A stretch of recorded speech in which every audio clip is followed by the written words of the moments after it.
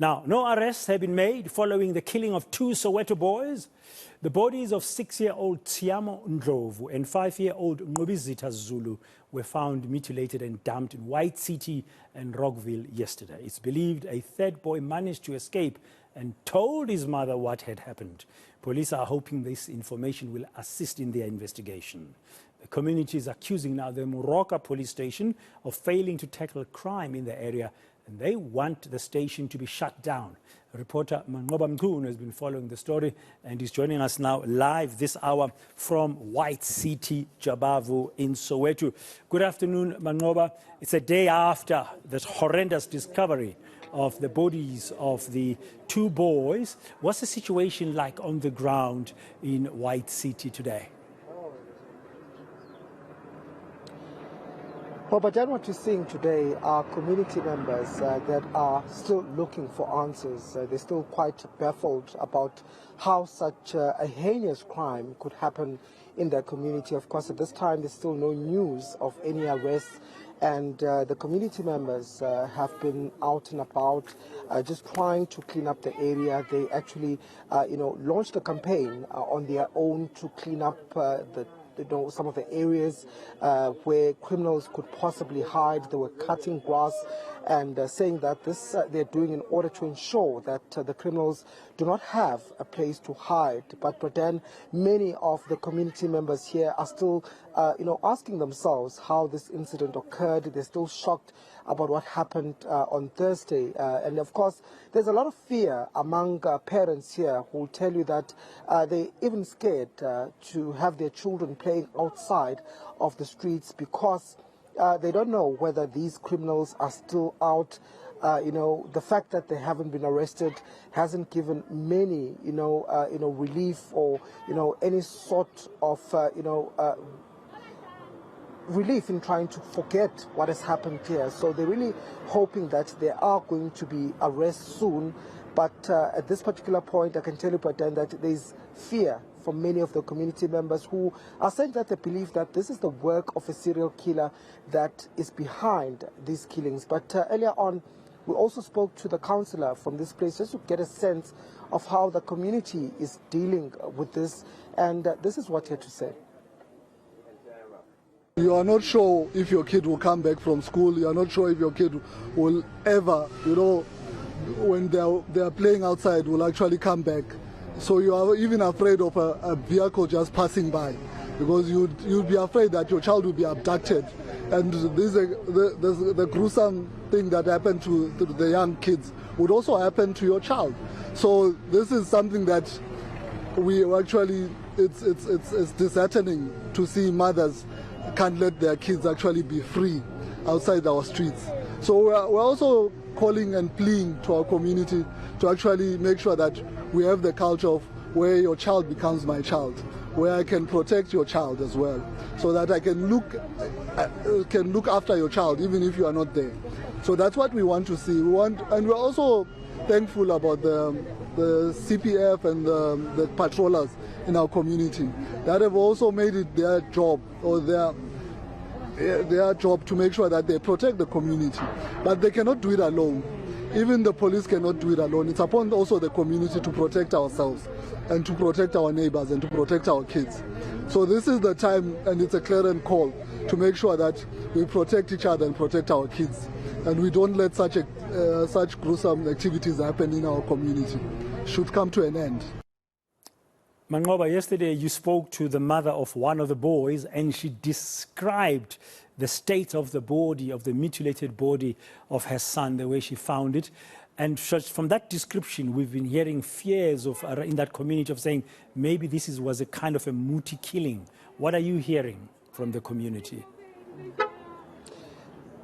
That's the fears, Pradan, for many of the community members that you speak to when they speak of the brutality of this incident, the way that these young bodies, had been mutilated. There were several body parts that were removed, that were cut off. And I think when you look at both the incidents, it's almost similar body parts that were cut off. And many are saying that without a shadow of a doubt, Pradan, this could be related related to Muti killings. There are also fears that this could be the work of a serial killer. And just also earlier on, I got a chance to speak to the father of the boy who survived this incident, but then he is equally shattered. He says that he still can't believe how his son managed to escape the jaws of death, saying that he too had been, with his friends at the time when they were abducted. He was chased with a knife by one of those assailants, but he managed to run to safety to his home. But then I want to bring in some of the religious leaders that have been here to the family house just to speak to the family and offer some words of condolences. Pastor Khololo, if I can just bring you in here as religious leaders, of course this is quite shocking. Are you fearful perhaps as a community that this might be related to some cult? The way it has been explained, the way the children have been murdered and the body parts have been removed, it is really without doubt that something, it's all about the rituals and the cult. Because, I mean, why would a person cut a baby? Like one of the mothers was explaining, she said, the way one of the children's body parts were removed, it's like a car that was stripped off. So, I mean, it shows that it's a person that really want to use this for ritual, even though I cannot vouch to that, but that's indication. And it's so awful and evil. It's an evil deed, and we condemn that as the Soweto Ministers Fraternal. I mean, that is so evil. I don't know what has happened to our people for a person just to, the question that I ask myself, the person that was killing all these babies, do you have children? Because if you have children, really, you must have conscience, So, yeah, it's a very painful situation.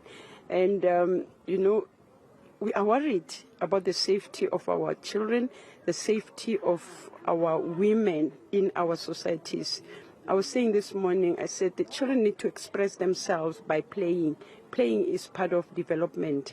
But now it looks like we are going to be forced to keep our children locked in houses. How are our children going to develop if this is... Every time we must be fearful that when a child go outside, and I mean, it's not like as parents we must spend the whole day watching our children, because I mean, if you look at this situation, it's not like parents were negligent. It's 1 minute you lose focus of watching them.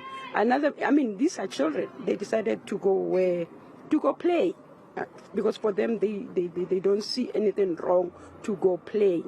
And this has happened. This is so painful, I was just saying to the communities of Soweto and all over the place, I mean, they must give the support, emotional support is really needed, even for the child that survived.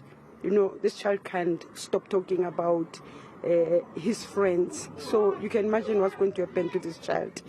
Yes. And you, of course, as the religious fraternity, also, trying to comfort these families, but you also be holding prayers just to try and make sure that you call for some sort of divine intervention. Yes, as from yesterday, we have been coming here to support them emotionally and spiritually. Like I'm with my elder Apostle Mlambo. We've been here from yesterday, and today we've been visiting the families to support them emotionally and spiritually. And we are also inviting all religious leaders around Soweto to continue to pray with the families. And obviously, even in our corners, we continue to pray for our communities and nations, because this bloodshedding is just out of order. Because, I mean, people cannot keep on shedding the blood like that. So we are also planning to have a meeting on Sunday at 2 o'clock to have a memorial service for the 3 families. Okay. Thank you very much, Pastor Khololo. Just giving us a sense of how this community is doing. Really, it's a community that's shattered. 2 young lives, 5 and 6 years old, that were lost in this incident. Quite a brutal incident at that. And of course, at this particular point, there's hoping but then that the killers will be found soon.